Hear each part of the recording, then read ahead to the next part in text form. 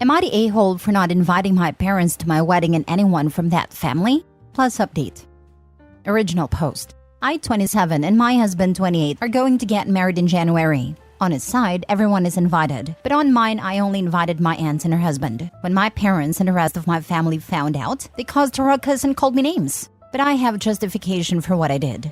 Context. I was the first daughter or granddaughter and niece. I was everyone's spoiled girl until more babies came. And when I was 8, my little sister was born. My grandparents and my mom stopped treating me in a special way. If my sister broke something of mine, she would get punished. But if I called her something, I'd be punished. Once she even broke my glasses and I was punished. My father was present for some time, but then he disappeared.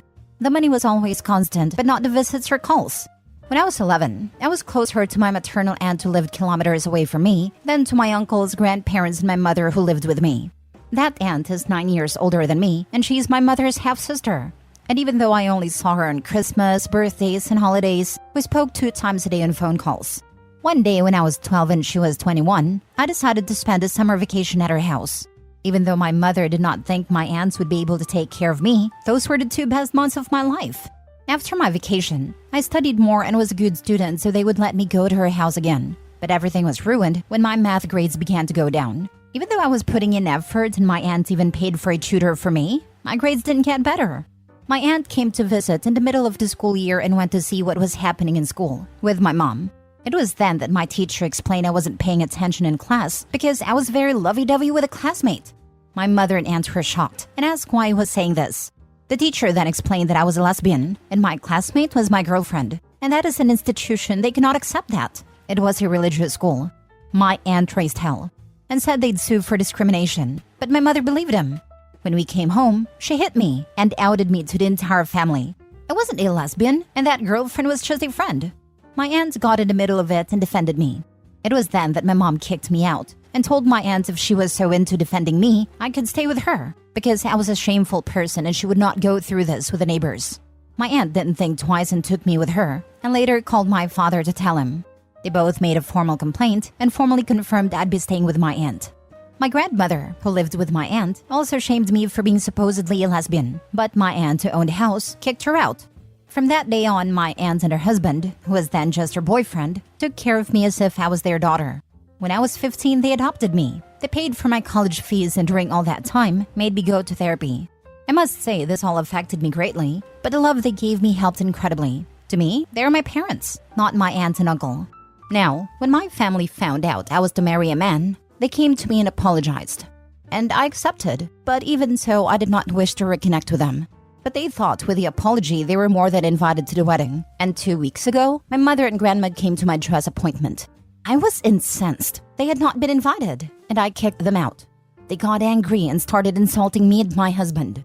I told them that I didn't want them in my life and that I only accepted their apologies for my mental health. Even so, 3 days ago, a cousin of my father had called me to ask about the dress code and if kids are okay at the wedding. And I told her that she, along with the rest of that family, was not invited. She got angry with me and minutes later, my father called me to ask who he was giving me to. I told him it would be my father, my uncle, who'd do that, and he called me a bunch of names. I just simply hanged up. So, am I the a-hole? My mom says if I don't want those people in my wedding, she'll support me. But my mother-in-law says family's family no matter what.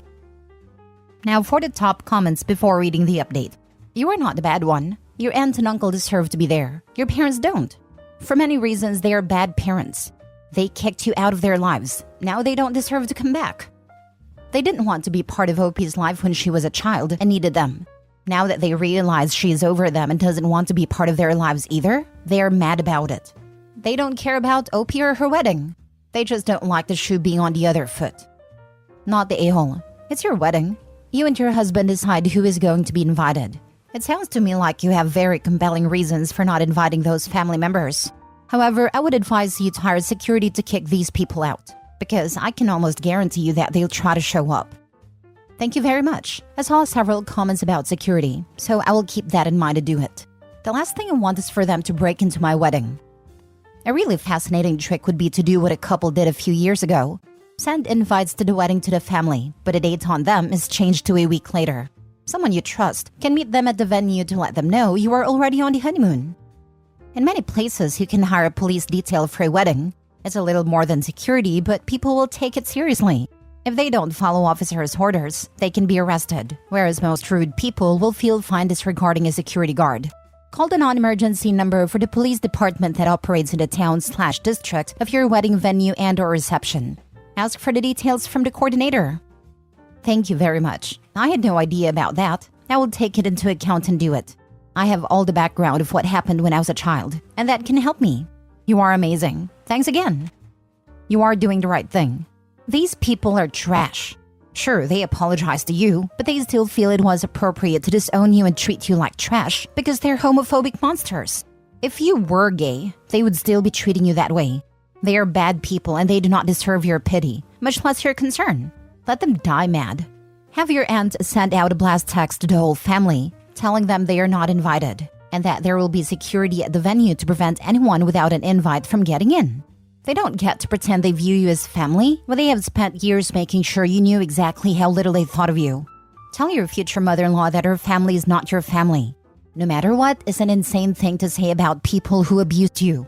Make sure she understands that this is a hill you will die on, and that your abusers, make sure you use that word, are not going to be allowed to force their way into your life no matter who they share genes with. If future mother-in-law hasn't experienced abuse, she has no business speaking to your situation. Until today, my mother-in-law did not know my real history with them because I did not think it was necessary. But I did it because my aunt/mother told me that it would be good for her to know my reasons. It was a horrible thing for her to know, and now she is totally okay with them coming back into my life. Now for the update. It's been nearly a month since my first post, and I wanted to explain some things that have happened to me. I told my mother-in-law about everything my family did to me in the past. At first, she seemed supportive, but then my husband found out she was still in contact with my parents, and he decided to cut her off. He advised her that if she continued down this path, she'd never meet future grandchildren.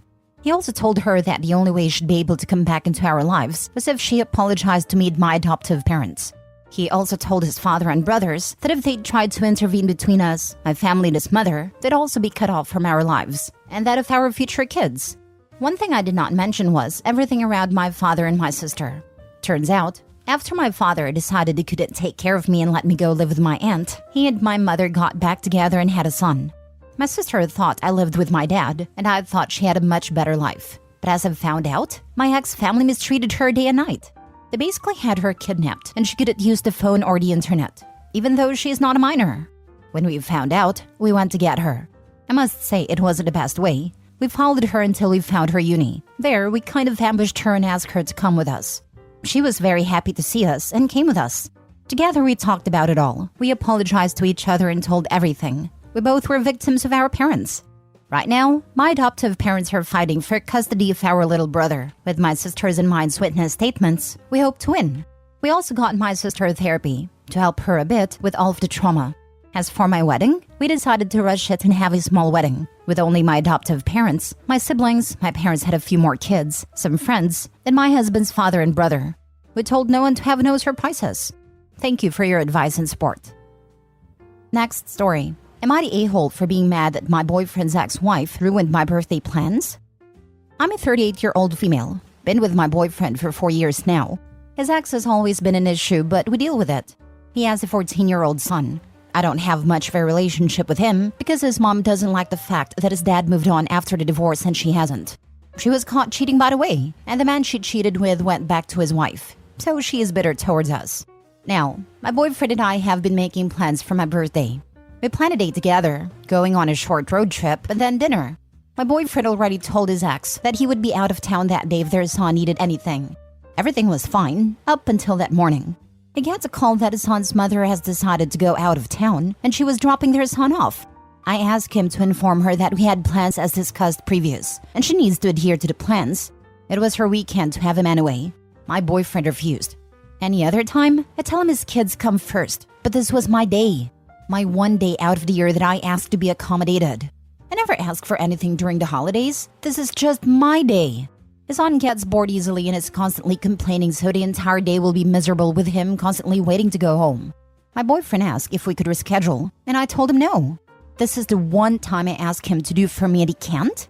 I told him to have a great day with his son. I was going to celebrate by myself. He got mad and said I was not being fair. I explained to him that it isn't fair for him to cower down to his ex-wife and stick the plans. She knew we were going out of town. So I left and did my own thing by myself. Am I the a-hole for celebrating my birthday without him? Now for the top comments. Why tell her plans so she can ruin them? He's 14, not an infant. I dump him for this. Exactly. It wasn't even their weekend. I get letting her know in case of emergency, but send a text after you are already there. That depends, because if there is a legal custody structure, then part of the agreement might be advance notice about going out of town / restrictions and availability in case of emergency. It might also require that if there's an emergency and or something comes up, then he has to take his son or she can fight to make him lose rights, which would give her more leverage to make his life and his relationship miserable by holding their son over his head. In my situation, my mother had custody, but my neglectful father and stepmom, whose oldest son was her golden child, and her husband and younger son still came before me by far, would fight for custody of me and plays lots of games, including tricking me and trying to poison me against my mother.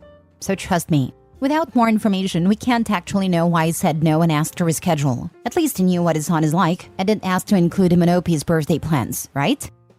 Sorry, but mom is responsible for making arrangements for the child. Dad may have first opportunity, but is not obligated to be mom's backup plan. Dad got played by mom. Girlfriend is entitled to be mad, but mom has been frustrating / interfering girlfriend's relationship with dad for a while. Dad isn't likely to change at this point, and so girlfriend's option is to live with this likelihood or move on. Good luck. Not the a-hole. Not the a-hole. Since it was her weekend to have the kid, she did it on purpose. She did. She always does this. But I thought being that it was my birthday and the only time I ask for something, he would understand. The only reason she did this is because your boyfriend allowed her to. He should have stood firm. It was her weekend. She knew you guys had plans and she's being manipulative. You don't have an ex-wife problem. You have a boyfriend problem. Last story. Am I the a-hole for not giving my son's half-sibling's mother half the money their father sends me? I have a son with a man named Michael. Michael has 2 children with a woman named Kathleen. Neither of us is currently in a relationship with Michael and don't exactly know where he is because he moves around a lot. Kathleen and I, as well as Michael's parents, do keep in touch for the kids. Every month, Michael will send me money through his friend. Given Michael's disdain for her and her financial difficulties, I assumed that he was not sending her any money. I didn't want to seem like I was bragging or anything, so I never brought up the money that Michael was sending me. Apparently, she always assumed I had a high-paying job. I'd only recently found out from Michael's parents that was not true, and it came to light that Michael was sending me money. So now, she wants me to give her half the money that Michael is sending me. She even suggested she was being generous, since she should really get 2/3, since she has 2 kids with Michael and I only have 1. The thing is, giving away half the money would really be a big financial blow to me and my son. It would mean a drastic change in our lifestyle, and we would have to move. I also wouldn't be able to put aside any more money for emergencies or for his future education. So far, I only have a small amount saved, but by the time he's 18, it should be a good amount to get him started. I do realize this is unfair to Kathleen and her kids, but as my son's mother, I do feel like it's my job to put him first and set him up for the best future I can. Ultimately, I think we can all agree that Michael is the main a-hole here, but I wonder if I'm too. I can live with it if I'm being an a-hole too, but maybe knowing how much I am will help me with how I further interact with Kathleen. Edit. It keeps being brought up, so I thought I should add that I do have a child support order. So does Kathleen. Kathleen hasn't been able to enforce hers because Michael gets paid under the table and doesn't have a bank account. Not the a-hole. Kathleen needs to settle this with Michael, not you. Exactly. OP is not being unfair to Kathleen. Michael is, and she can take him to court. OP, it is not your job to provide for Michael's other children. That's his job, not the a-hole. Exactly. OP only has responsibility to her son, and not to Kathleen and her children. While I understand it's not fair in Kathleen or her kids, it doesn't give her an excuse to behave entitled towards OP. Not the a-hole, OP. Just take care of your child and don't mind Kathleen. Not the a-hole. This has nothing to do with you, and is 100% a matter between her and the guy she has 2 kids with. If she does go to court, it would be against him, not you. Technically, you have 0 reasons to even communicate with her. However, you are getting money through the guy's friend, so that's not exactly reliable. I would not be basing my current lifestyle around such a nebulous source of money that could go away entirely at any point. This, OMG. That friend could be skimming some of it off the top already. True, but it's also just as possible that they aren't, or even coming through and supplying the cash, even when Michael is short/late/doesn't send it. It's good to be skeptical, but there are still some good people left in the world. If she is receiving the court-ordered amount, it doesn't matter. He apparently doesn't want his address or bank info available to her.